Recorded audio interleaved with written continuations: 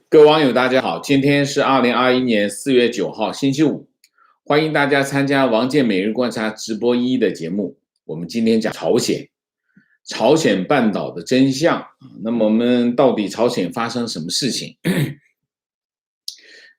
中国的有几个王朝啊，他们都跟他们的王朝的盛衰都跟朝鲜有关系啊。那么，先讲新闻。朝鲜劳动党总书记金正恩8号出席支部书记大会闭幕式，并致辞时表示：“我决心带领党中央委员会、各级党组织和支部书记进行更艰辛的苦难行军啊。”那么金正恩所表示，由于我们前路布满难关和阻碍，贯彻落实第8次全国代表大会政策的斗争是艰巨的，绝对不能有侥幸心理，我们也无所寄望啊。这番话呢，我跟大家解释一下。金正恩的这段话非常重要啊，因为他把朝鲜目前的处境和90年代的大饥荒相提并论啊。那么表明目前朝鲜正在面临着一个史无前例的困难和危机啊。为什么？关键词在哪里？关键词在苦难行军啊。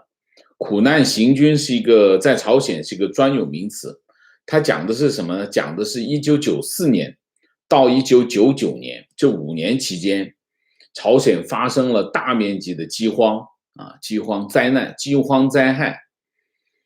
当时是因为朝鲜发生了洪灾，然后呢，苏联又解体，苏联解体了之后，逐渐减少对朝鲜的援助，然后朝鲜就出现了严重的粮食短缺，连续5年的大饥荒啊，这个大饥荒导致了300万人饿死，所以朝鲜官方就把它叫成苦难的行军啊。苦难的行军就形容当时的危机和劳动党的一个处境。这个情况很像什么？很像中国啊。所以你可以看，你在劳动党身上可以看到很多中共的影子。中共也把什么？也把一个饥荒叫做3年自然灾害，就是1959年到1961年，这个中国也是发生了全国性的这个饥荒啊，饥荒饿死了。现在就是没有官方数据啊，现在大家比较接受的看法是3000到4000万人。中国就是这3年期间的饥荒，造成了3000万到4000万人的饿死了。那么到了62年，那么国家主席刘少奇在7000人大会上面说啊，说这个大饥荒是3分天灾7分人祸啊。这说完之后，这件事情就定性了，就毛泽东就靠边站，这是一个非常重要的一个事件啊。所以你可以看啊，中国叫3年自然灾害，他们朝鲜叫这个苦难的行军啊。那金正恩在题为当前旨在巩固党支部组织的重要课题的大会总结提出10大课题，强调思想教育和管控的重要性啊。他说什么呢？我念几段啊，这几段可以反映朝鲜现在的情况。他说，近期不少不利于年轻人健康发展的成长负面因素啊，新一代的思想态度发生严重的变化。基层书记需要深刻地意识到，年轻人素质问题攸关祖国和人民生死存亡，不遗余力地做好青年事业啊。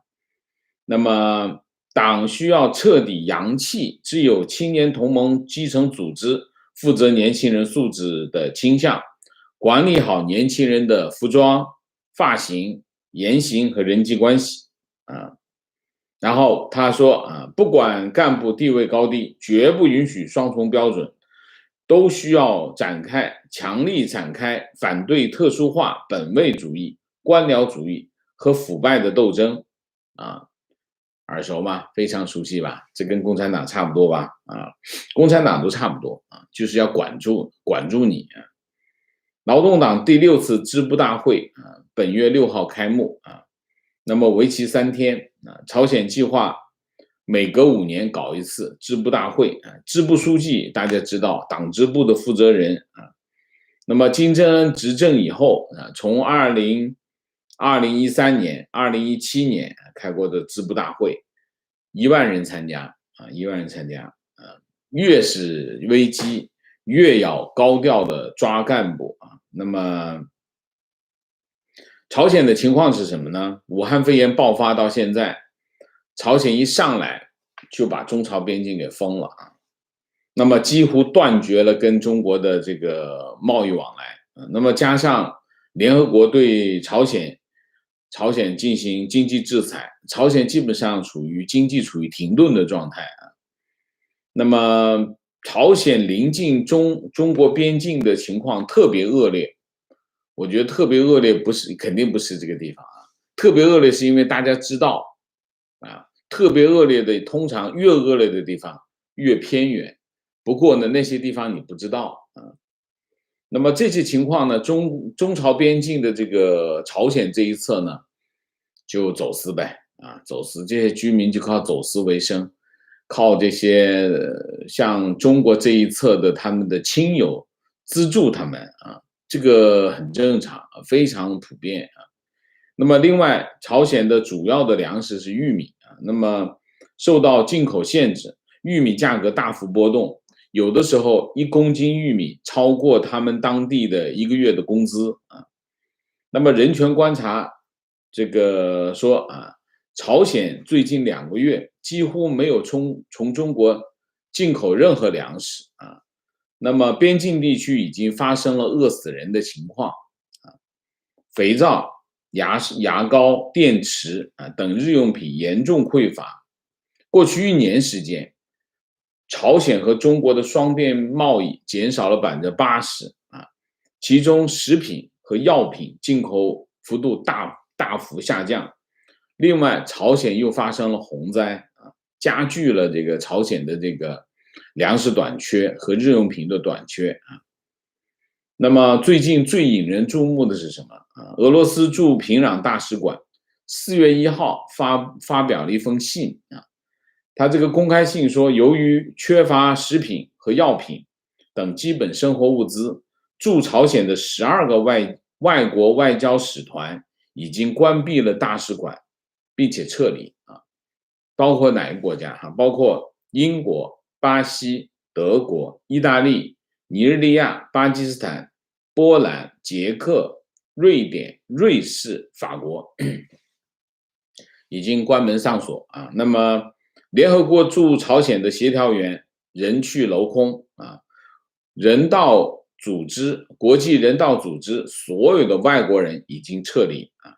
目前在朝鲜平壤只有9个国家的外国大使和4名代办，其中包括俄罗斯大使，俄罗斯大使在那坚守，当然还有中国大使啊。那么生活在平壤的外国人剩下了不到300人啊。那么这封公开信说，基本生活物资包括药品难以获得，疾病无法治疗，同时人身自由极度受限，这种情况几乎没有人可以忍受。那么原本留在朝鲜为数不多的外交人员最近在纷纷撤离，犹如是集体逃亡。那么去年欧盟驻朝鲜的使团去年8月最后一批人员这个经中国回国。那么今年2月份这个网上流传一个照片啊，俄罗斯外交官扶老携幼啊，然后就是坐这个人力轨道车穿越边境，带着他们所有的这个家当啊，就回家，一张很震撼的照片。那么由于朝鲜关闭跟俄罗斯的边境，当时的情况是客运交通就停摆，所以他们没办法，他们要么就去中国，去中国就要隔离。他们几名外交官，他们总共是8个人，本来是要去这个中国，但是中国要隔离14天，所以他们不愿意，就怎么办呢？就坐大巴到了这个朝俄边境，然后他们就步行雇了一辆人力车，搬东西，就这样，就是那张照片是这么来的。那么根据官方消息，朝鲜到目前没有发现确诊病例啊，这是朝鲜自己说的，但是这个说法呢受到广泛的质疑啊。那么很多人推测，在军队和边境出现过这个疫情爆发啊，那么可能性很大。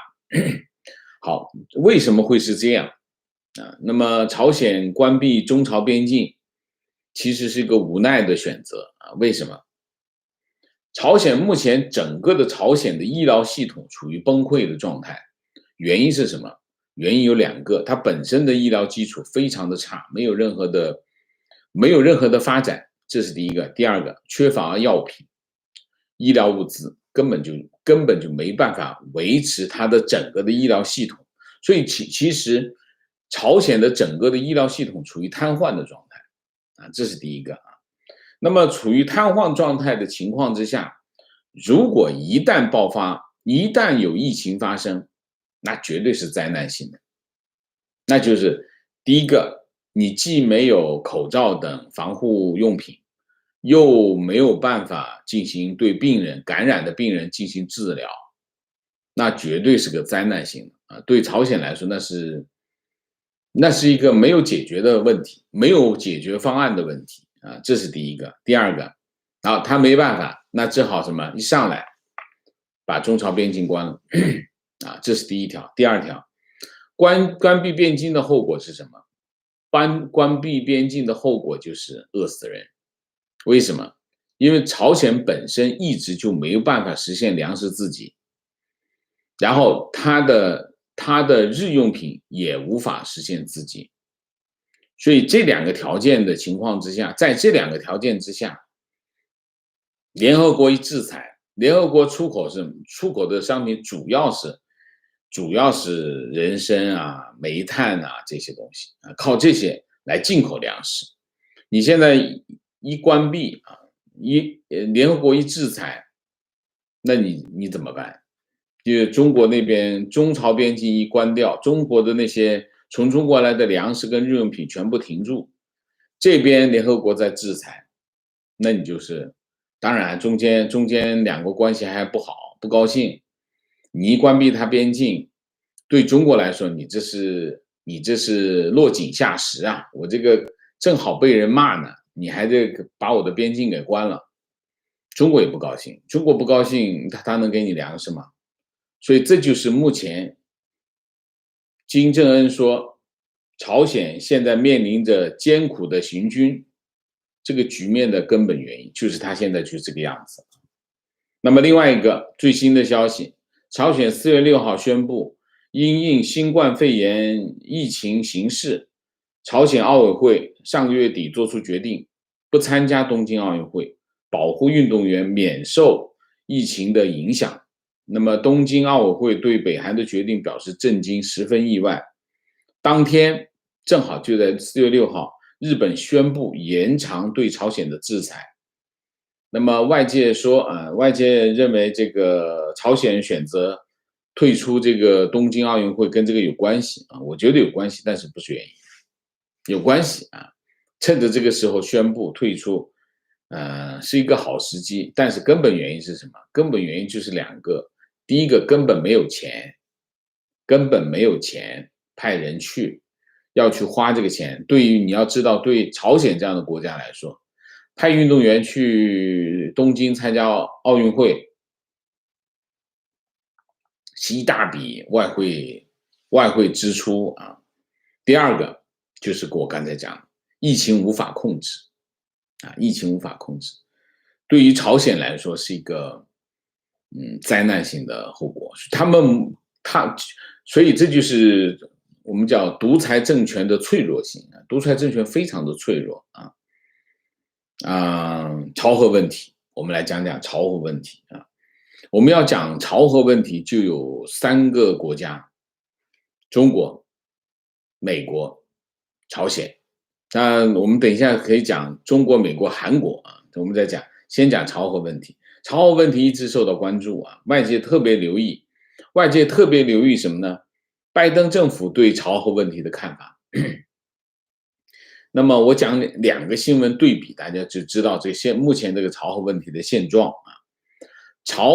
朝鲜3月21号啊，从这个朝鲜半岛的西部地区向西部海域发射了两枚短程巡航导弹，啊。那么韩国军方说啊，朝鲜这次发射的不是弹道导弹。弹道导弹是这么往上发射，进入太空，然后再回来，这叫弹道导弹。巡航导弹就自己找目标，巡航导弹。那么没有违反联合国安理会的决议啊。那么联合国安理会是有限制它发展弹道导弹的这个决议啊。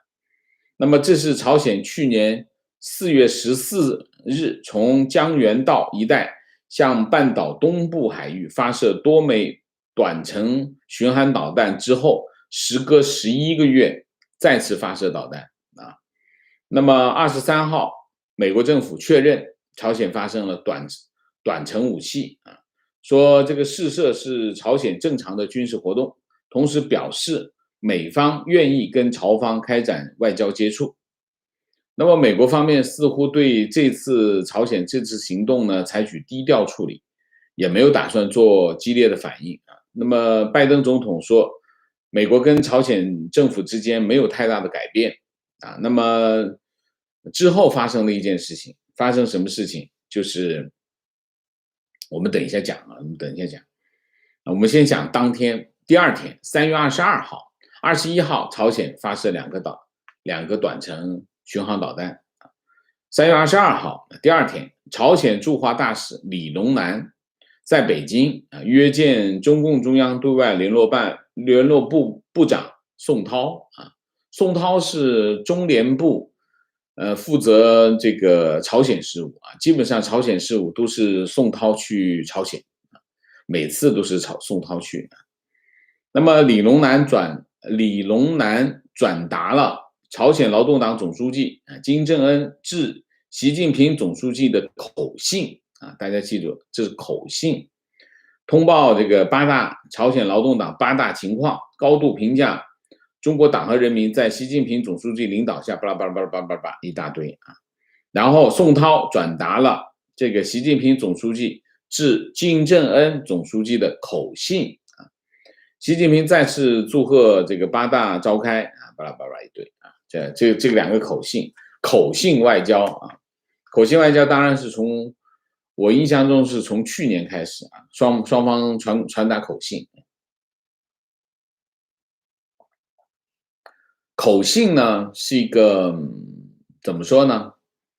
是一个不礼貌的行为啊，就是说最早是金正恩给习近平传口信，然后后来就是习近平向金正恩传口信，这次又是金正恩向习近平传口信。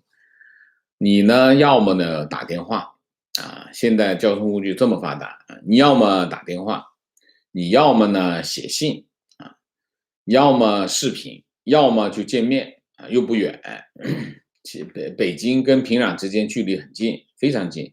以前都是双方坐火车、坐专列啊，一下就来，一天就到，就是一天就来回完成了这件事情，一天之内全部可以完成。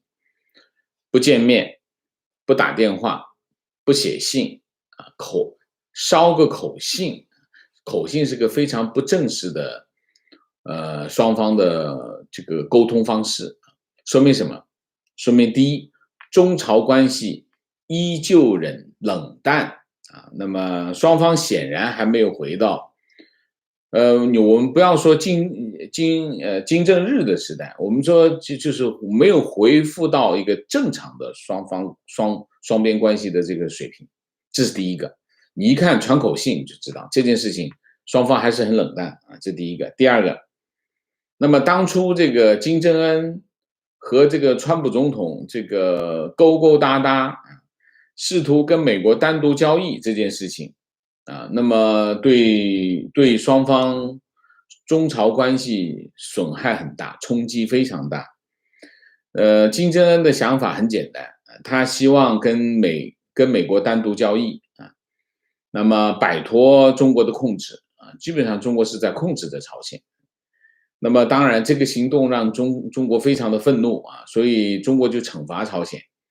惩罚朝鲜的方式就很简单，就减少援助啊。那么现在目前双方关系的主基调就是一个这样的基调，就是中国在惩罚朝鲜。那么朝鲜曾经跟这个金正恩曾经跟这个川普总统的这个勾勾搭搭，中国开始仍然在惩罚朝鲜，现在还在惩罚当中啊。那么金正恩在这个3月21号啊，这个试射导弹，用这种行动来干什么呢？向中国示好啊。发射完导弹之后，就派驻华大使去给这个习近平捎口信啊，意思就是老大，我干了点活，你看满不满意？显然中国不满意啊，为什么？因为巡航导弹是不在联合国禁止范围之内，不在联合国禁止范围之内，你发射巡航导弹，你不是忽悠我吗？你要搞出大动静来啊！你要搞出大动静来，我才有用啊！你不搞出大动静，你搞个小动静，在自己房间里敲敲打打，关我什么事？你得打开窗户，直接往我们扔手榴弹才行。你不扔手榴弹，你在屋里敲敲打打，你来跟我讨什么好？这不讨巧吗？所以你可以看中国的反应是什么？中国的反应很冷淡啊！中国的反应很冷淡，显然巡航导弹没有达到这个中国的要求，美国方面也不理会啊。那么这是一个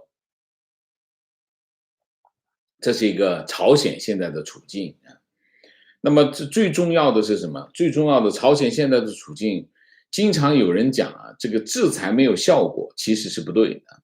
联合国的制裁已经令朝鲜近乎处于一个崩溃的状态，崩溃状态。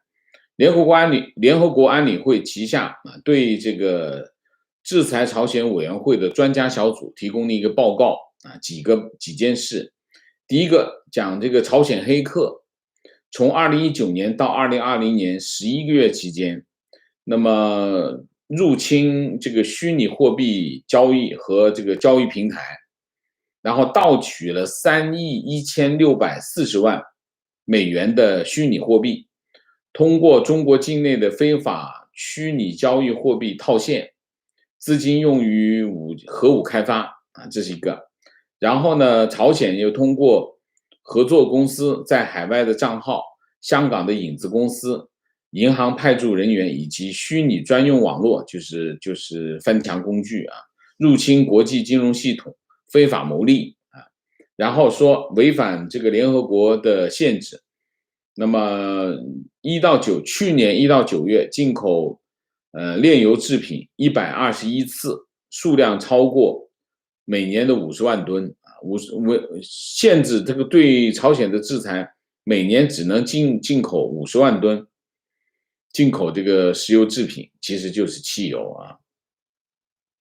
那么这个朝鲜的船只向中国出口煤炭啊，250万吨啊。那么6月17号有40多艘朝鲜的船只在宁波舟山港一带卸煤，换取物资回国啊。这是他们现在的情况。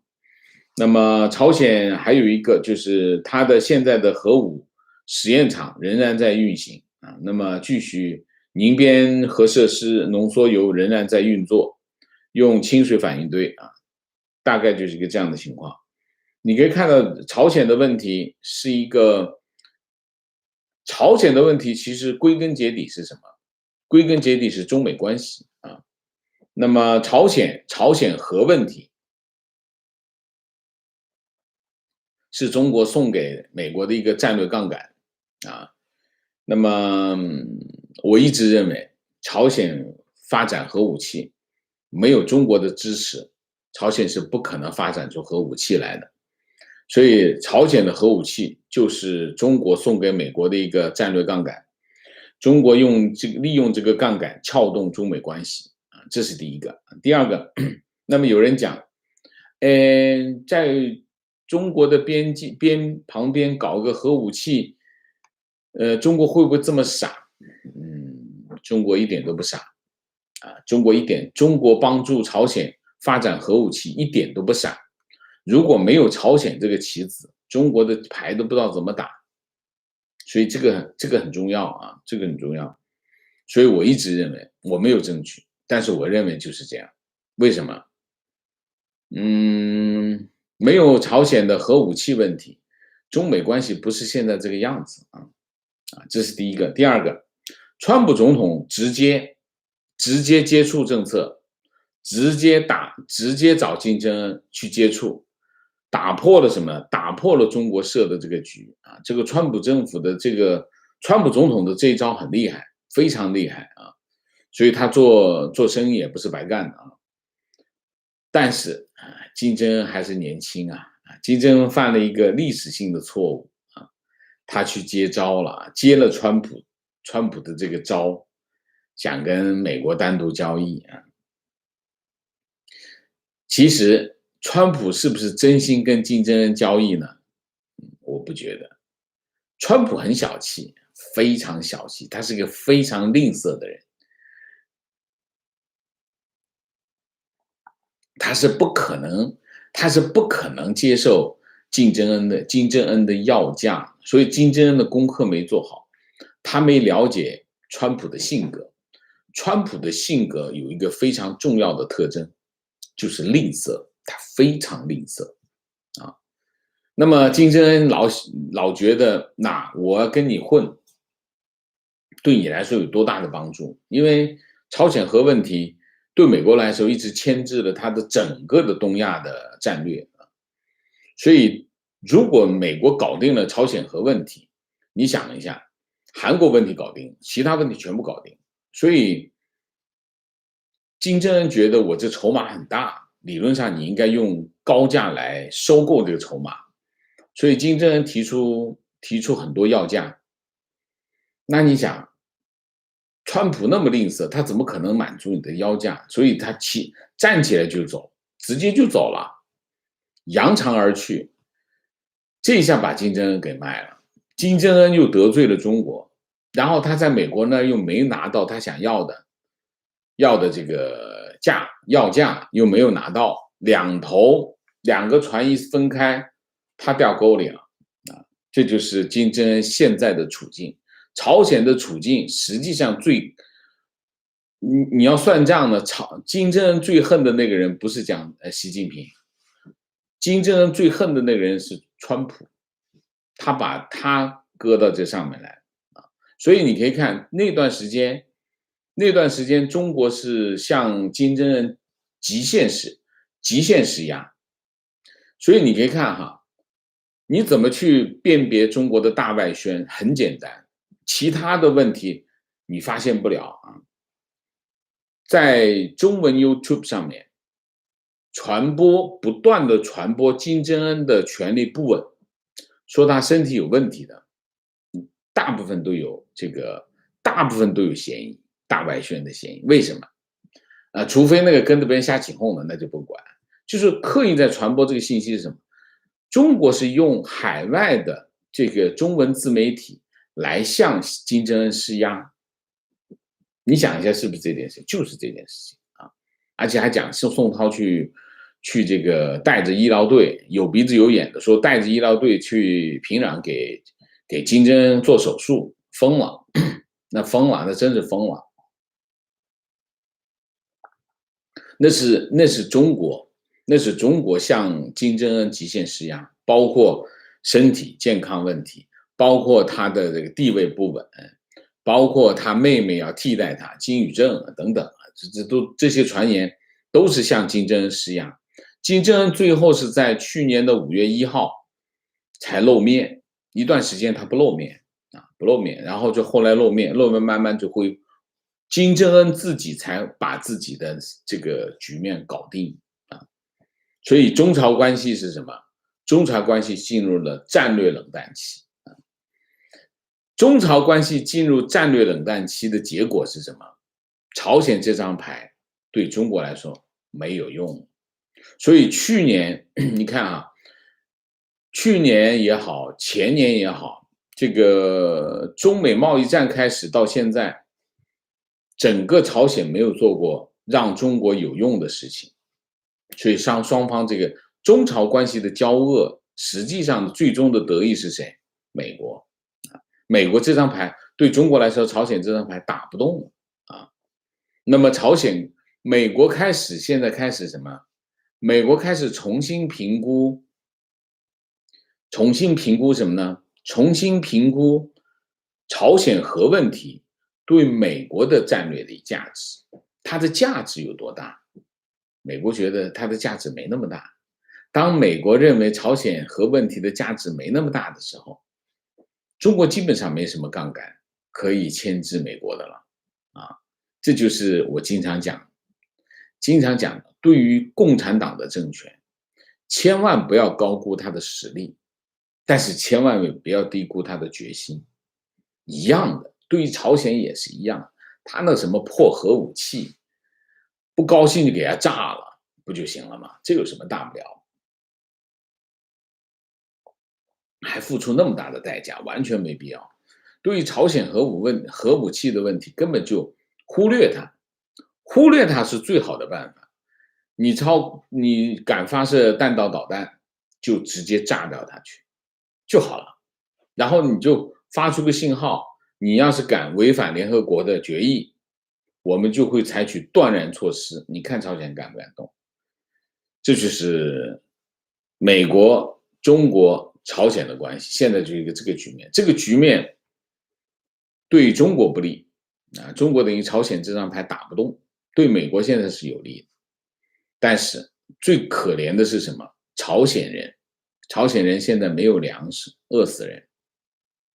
你想一下，能够把外交官都饿走了，那么朝鲜的情况现在是非常非常的恶劣，它处于崩溃的边缘。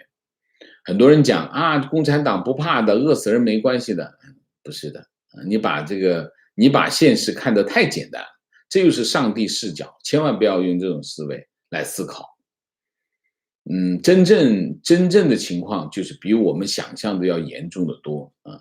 整个的朝鲜，你要知道，整个的朝鲜，它把90%的资源都放在了平壤，所以全国那么多地方，90%资源在平壤。那你平壤的情况是什么？对外关在这个外交无小事啊，那连外交官都被饿得跑了，你想想平壤是什么情况？你把平壤的情况再想一下，你就知道整个的朝鲜是什么情况。朝鲜的情况应该现在是，我们用大规模的人道灾难是不够的啊，在很多地方应该就是人间地狱了，因为没有粮食，饿死人了啊。说那些人说这个中朝边境这个地方情况非常的恶劣，那是因为你知道啊，中朝边境应该是情况最好的地方，比平壤的情况还要好。为什么？因为在丹东那一带的很多的朝鲜族，他们亲戚就是他们跟朝鲜很多是亲戚，他们会送很多的粮食啊、医疗物资啊，包括这些日用品过去。所谓的走私就像当年的香港人啊，香港人给国内的这些亲戚寄糖、寄那些奶粉，当年香港人也是这么干。现在你可以看到，丹东那些人往朝鲜寄东西、送东西一样的，同样的情况。所以现在真实的朝鲜半岛在朝鲜这一头，就是这个局面啊。朝鲜核问题，你觉得是问题吗？我觉得根本不是问题啊。美国根本不需要在朝鲜核问题上付出代价，这是一个。我们说说韩国，韩国昨天有网友问我说，这个韩国的这个选举情况对韩国的这个政策有什么影响啊？我先把情况讲一下啊。韩国中央选举管理委员会8号消息啊，地方议员和地方政府再补选，叫4期再补选啊，4期再补选8号凌晨3点结束。最大的在野党这个国民力量在首尔市长和釜山市长补选中获得压倒性的胜利，给执政共同民主党的这个政局亮起了红灯啊。那么，首尔补选，国民力量候选人吴世勋，最终以57.5%的得票啊，力压共同民主党的候选人朴应宣啊39.18%啊，这是一个。釜山这边是国民力量候选人朴亨俊啊，以62.97%啊力压共同民主党候选人金荣春啊34.42%啊。那么在野党除全罗南道4个选区外，其他19个选区同样获得压倒性的胜利啊！这个在野党取得了全面的胜利啊。那么民主党在这次大选中惨败。那么执政民主党党鞭金泰年8号宣布啊，共同民主党领导班子集体辞职啊，对这个4期地方再补选失利负全责啊，尽快的选出新的领导班子，顺应民意进行改革啊。然后青瓦台发言人，青瓦台就是韩国的总统府发言人说，总统文在寅就执政党共同民主党在地方议员和地方政府领导再补选中败选表示，将严肃接受国民的问责。文在寅表示，今后将以更低的姿态和更大的责任感治国理政，致力于克服新冠疫情，恢复经济，稳定民生，治理房地产腐败，满足国民的迫切要求。房地产问题在内的整个国家政策基调将因选举结果发生改变。青瓦台的一位高官在接受采访的时候说，这次选举让我感觉到政府不得民心，今后将为赢得国民信赖全力以赴啊。那么要进行改革啊。那我们现在讲两条新闻，我们再放在一起看。这两条新闻又是一前一后啊。我们刚才讲朝鲜发射这个巡航导弹，然后在这头就跟这个习近平递口信啊。那么4月2号，美国国家安全顾问沙利文、日本安全保障局局长北村滋和、韩国国家安保室室长徐勋于4月2号在美国海军学院进行会谈，就美国对朝鲜政策的审议进行磋商，讨论包括印太安全在内的共同关切议题。各方将共同努力，继续向朝鲜施加压力，促使其放弃核武器和弹道导弹计划啊。这就是发生在美国的事情啊。同一天，第二天，韩国外交部长3号郑义溶3日在厦门同中国国务委员兼外交部长王毅举行会谈。郑义溶表示，韩中双方商定在新冠疫情稳定后，尽快推进中国国家主席习近平访韩事宜。郑义溶表示，双方在会上就如何推动朝鲜半岛和平进程取得进展深入交换意见，双方商定尽快启动外交安全2+2对话。他说，中方表示支持韩方推进的朝鲜半岛永久和平和完全无核化政策啊，大概就是这样啊。这一头韩国，我们现在主题转到韩国啊。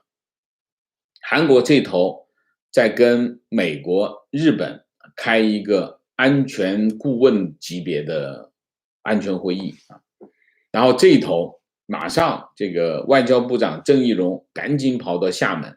现在这个中国外交部基本上是在厦门办公啊，跑到厦门跟这个王毅会谈，推动2件事，一个推动这个习近平访韩，另外推动2+2，搞中国的2+2对话啊，这是一个平衡的策略。对于韩国来说，它非常的困难啊。这一头是中国啊，中头靠在它旁边，这一头是美国，美国现在之前川普政府对他没什么要求啊，川普政府没什么要求，都是我自己干，所以韩国没有压力啊。一方面，他需要美军保护韩国的安全啊，抵抗主要是来自朝鲜的军事压力。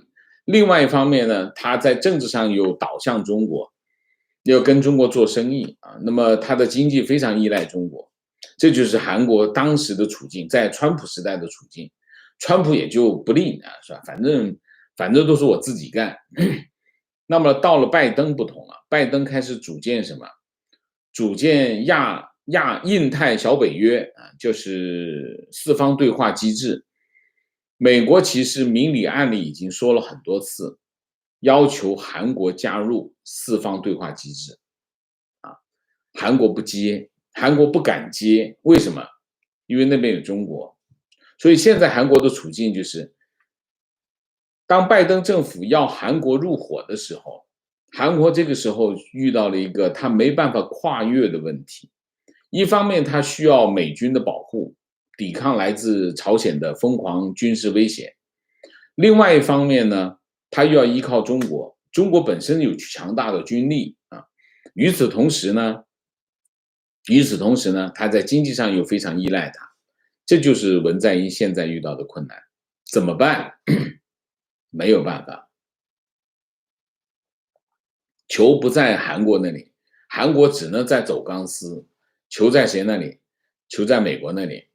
美国一定要想办法让韩国确信，他留在印太，不会离开，他可以信赖，他可以依靠。否则的话，韩国只能在走钢丝，他是不会加入四方对话。这就是美国现在遇到的问题。实际上，朝鲜半岛的问题、韩国的问题、韩国立场的问题，并不是韩国决定，而是美国决定。美国的政策决定了韩国的立场，所以韩国现在基本上两头都不敢得罪，他一不小心就变成了什么？另外一个金正恩。金正恩现在的处境多么可怜，原因是他当初就一不小心相信了川普，结果掉沟里了。那你想一下，这个时候的韩国，你看一下他的亲兄弟啊，金正恩是他的亲兄弟，韩国是朝鲜半岛是单一的民族，就像日本一样，日本是个单一的民族，朝鲜也是个单一的民族，那都是亲戚。你看，相信了川普的金正恩现在多么可怜。那你像韩国文在寅一看这个形势，我也不能都信，我一定要拿到确实的证据可靠，我才能够做决定，否则怎么决定？所以现在实际上朝鲜半岛的局势大概就是一个这样的局势啊。好，那我们今天的主题就讲到这里，我们下面进入互动。进入互动之前，温馨提示，请大家点赞，请新来的网友订阅，请大家加入我们的会员，支持我们做更好的节目。那么进入互动之后呢，请大家不要聊天。那么4个情况、问题、观点、情绪啊。那广告，感谢松鼠 VPN 对本期节目的大力支持。经常有网友向我提出啊，他们用的这个 VPN 不可靠，经常中断和被封啊。那今天我推荐的这个 VPN 呢，我没有机会用啊，因为大家知道我在美国啊，但他们告诉我他们有独特的技术啊，非常的稳定。另外，这个 VPN 也可以凭邀请码免费使用10天啊。如果大家感觉效果满意，就可以注册长期使用。我会把这个邀请码跟松鼠 VPN 的注册网址放在视频下方的这个介绍当中，请大家留意，好吧 ？OK， 明谢魏唐，谢谢。观点：朝鲜以前背靠苏联，比韩国还富饶，如今死鸭子嘴硬，不顾国民的生活现状，只搞霸权主义。说是社会主义人人平等，但金家手握大权，不顾人民的死活，只想要权力，比古代的皇帝还暴政。这个骂得非常狠啊。但是这个骂的不对有2点不对。第一个，霸权主义，我不知道朝鲜有什么霸权主义，那么小的国家怎么霸权？这是第一个。第二个，说社会主义人人平等，社会主义从来不是人人平等，社会主义和封建主义是很像的，其实他们就是权力，通过权力来划分人所拥有的利益，所以社会主义从来没有标榜过平等，社会主义的平等都是骗人啊。提问：朝鲜的苦难行军是不是因为大陆正在减少对朝鲜的支援？非常正确。中国大陆对中国对朝鲜的支援有什么级别来理解哈？这个理解怎么理解哈？你基本上可以看这个中国跟朝鲜之间的铁路，中国基本上是在不间断的往朝鲜运东西，是这种级别。就是说，如果中国要满足朝鲜所有的要求的话，基本上这条铁路一直在跑，那就这种级别啊。需求是很大的，因为它有这么多人口，但是它自己的生产能力又非常的不行。朝鲜还经常发生洪灾啊。提问：拜登政府为什么不采用川普的接触政策？川普的要价是一回事，但是朝鲜可以摆脱中国政府的控制，而且可以成为一个正常的国家。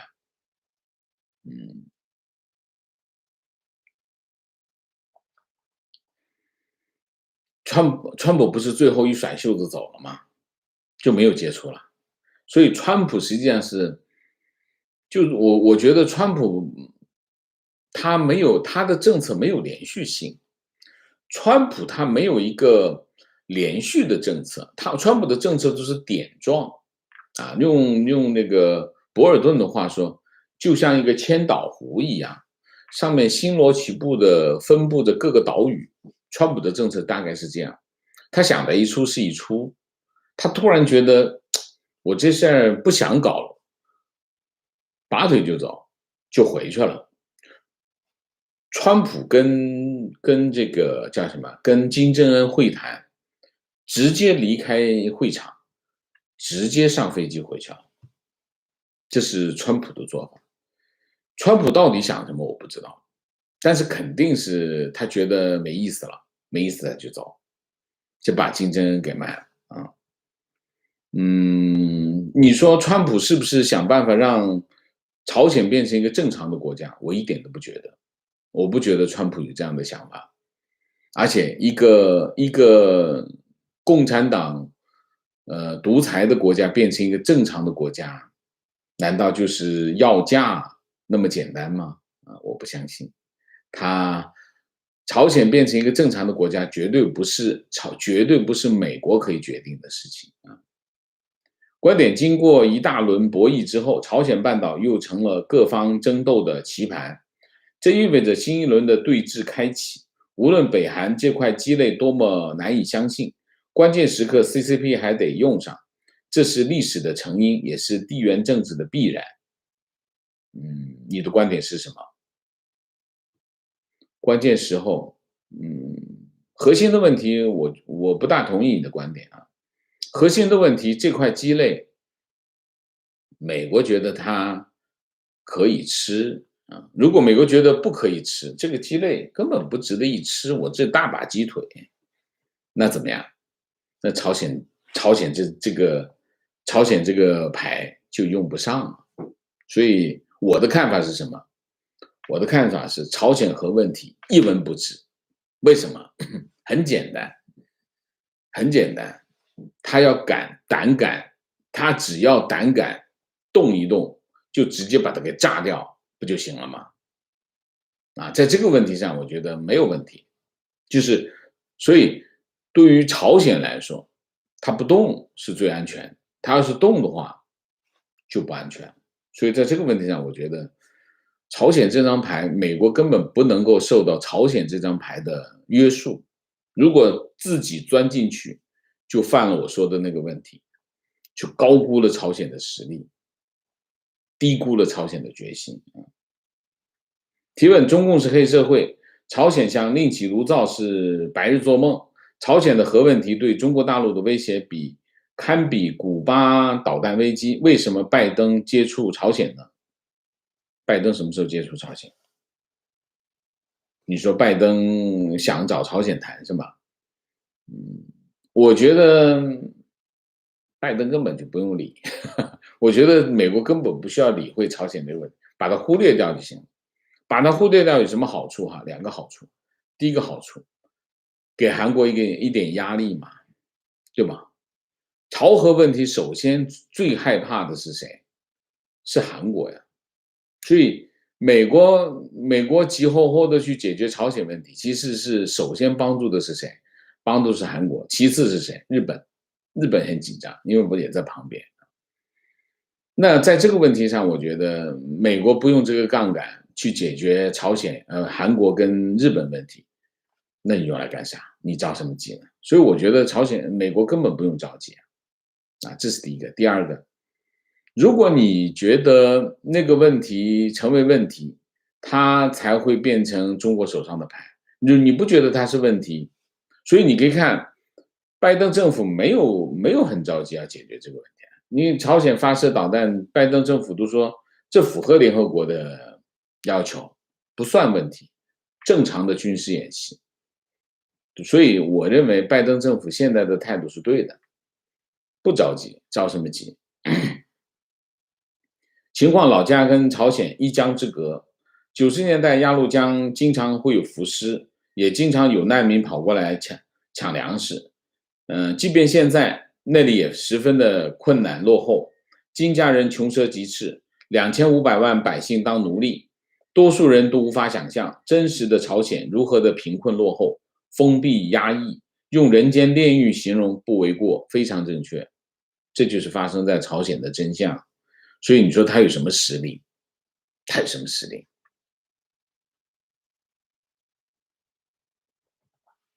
真的不用给他脸啊！美国真不用给朝鲜脸啊！感觉 CCP 不怕朝鲜有核武器的原因，是因为他觉得，如果朝鲜一旦有失控，他可以迅速出兵，把朝鲜控制住。为什么要控制住它？朝鲜向中国投资核武器的可能性，我认为基本上是零，基本上是零，这是不存在的。这也是为什么中国容忍朝鲜拥有核武器的核心的原因啊。这个不是议题啊。有些前一阵子我经常看国内以前在微博啊，为什么让朝鲜拥有核武？你看您边反应队离中国有多么近，你看看中国自己有多少个反应队，对吗？他们根本不在乎啊。中国现在大力发展核电站，你觉得是什么思路啊？你想想这什么思路？欧洲早就开始不搞这个了，为什么？危险嘛，危险嘛，就是说你有再安全的措施，你都会有出错的时候。所以你想一下，拼命的在自己国家修核电站的国家是个什么思路，对吧？他有什么可怕的？你觉得他老百姓根本不是事儿嘛？观点：朝鲜战争最大获利者是金家王朝，其次是台湾。如果当年朝鲜战争韩国打败了，那现在不会有三星；如果当初老毛不打朝鲜，打台湾，也不会有今天的民主的台积电。世界科技落后一截，老共胜利只是嘴上胜利而已。我们不做假设吧，历史假设啊。情绪，昨天看一篇新发布的报道，讲到21位美国国会议员致函美国教育部长，呼吁以台湾华语教育取代孔子学院，印证了王老师之前的节目内容，也对美国越来越看清中共本质感到高兴。提问：王老师能讲一下伊朗核问题吗？是否也可以忽略伊朗核问题，直接不理？伊朗核问题不能不理啊！伊朗跟朝鲜不一样啊，朝鲜都饿疯了，伊朗现在还不至于啊，不至于。伊朗的能力比朝鲜要强100倍啊！所以伊朗的核问题要理，而且要认真搞定才行啊。朝鲜我觉得根本就不用理啊，他现在连饭都吃不上，搞什么核武器？你认为他在搞吗？我认为他在搞，但是敲敲打打是给别人看的，是为了叫价。川普把这个金正恩撂到那儿，直接回国，奠定了朝鲜现在这个局面。那么这件事情会怎么样？为什么中国对他那么冷淡啊？从去年开始，金正恩不断的给这个习近平递口信，习近平冷淡的回应，为什么？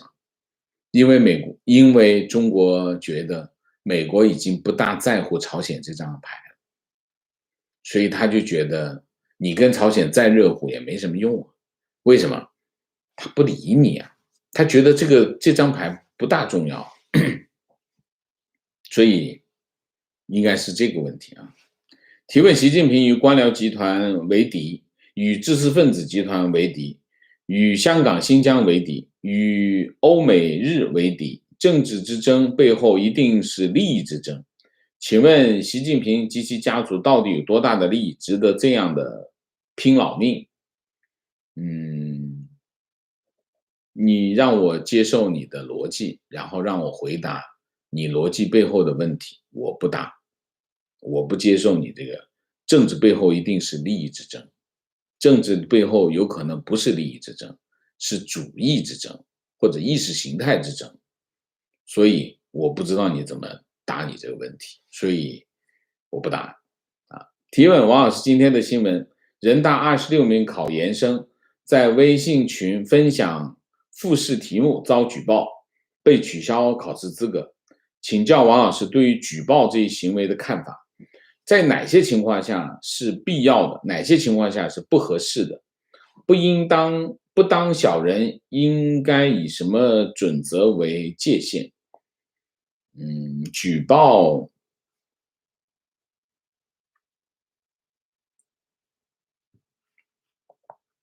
我们要搞清楚两件事，第一件事就是告密啊，一件事是举报。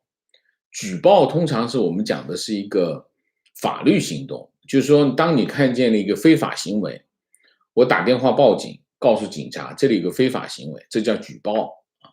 举报就是报告一个非法行为啊，所以举报是正常的行为啊。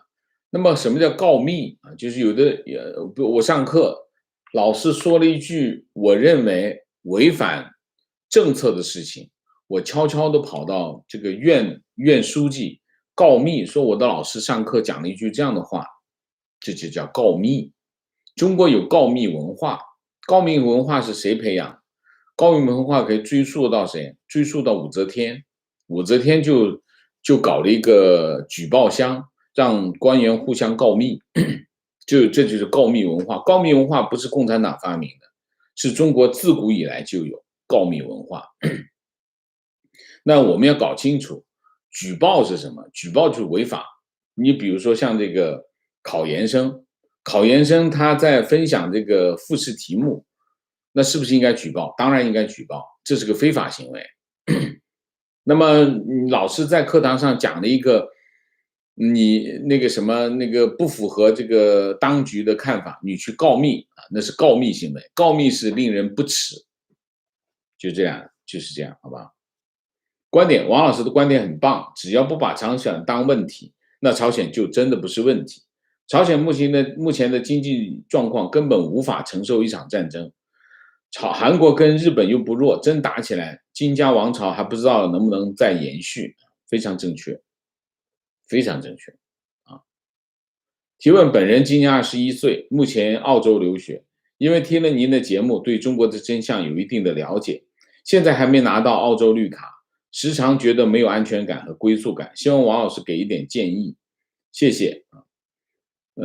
你没拿到绿卡，我不知道怎么给你建议，你继续努力吧。啊，安全感跟归属感，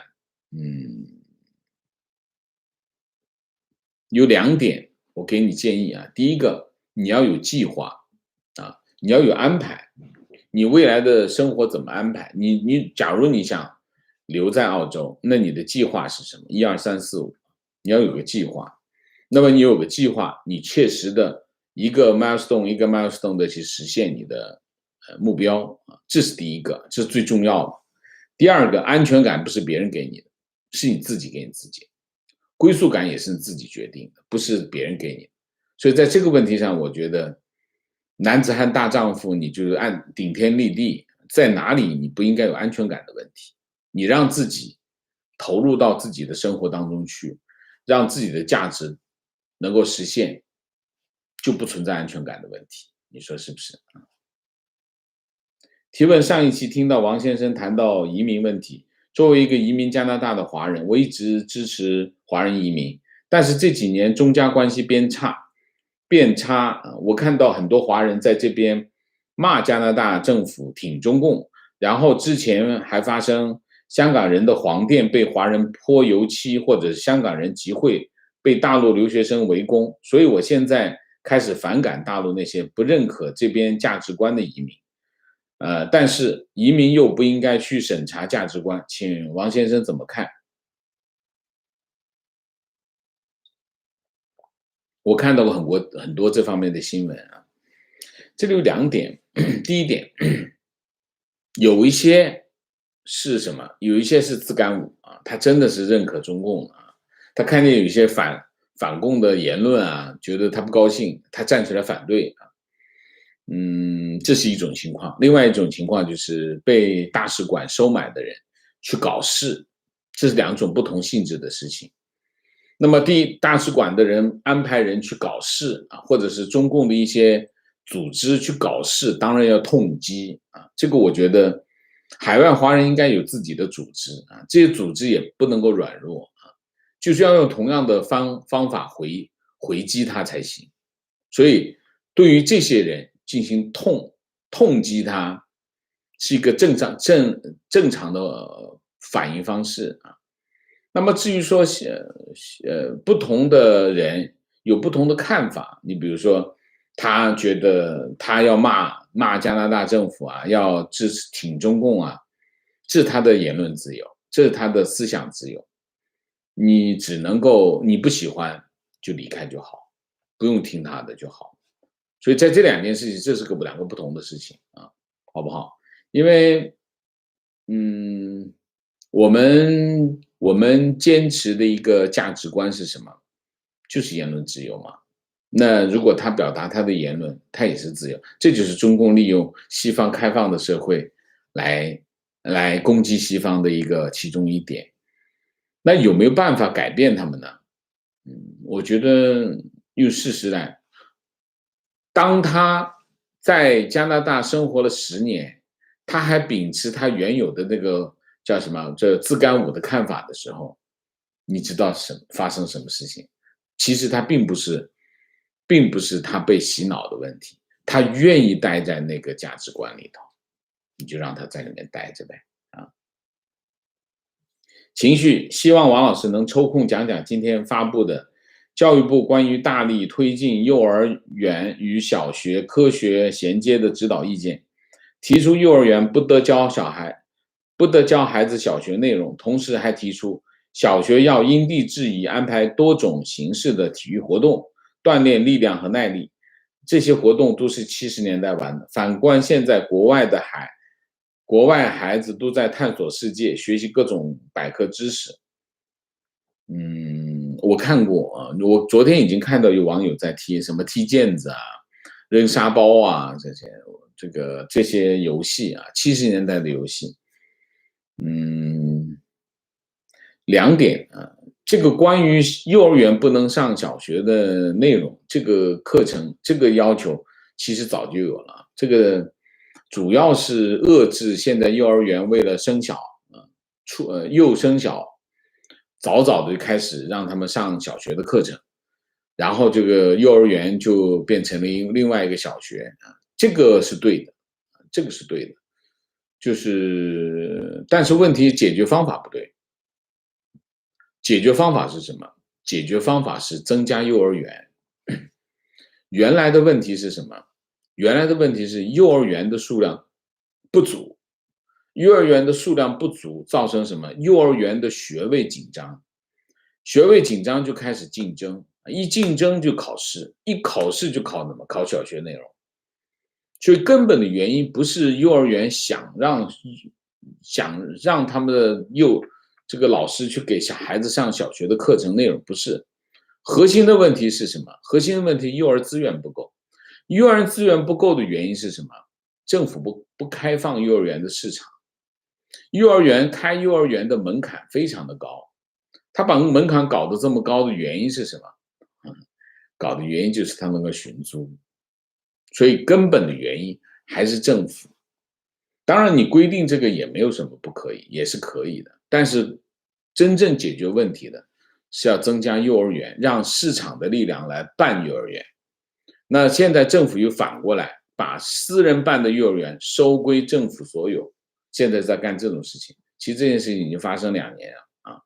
那所以，政府要从幼儿园一直管到你读大学。幼儿园它也要收到政府来，基本上现在就在做这件事情，这件事情才是真正影响大的事情。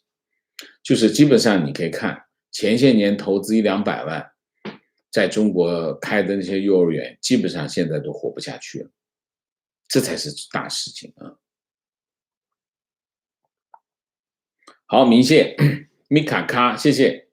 好，我们今天的节目就到这里，感谢大家的参与，我们下个节目再见。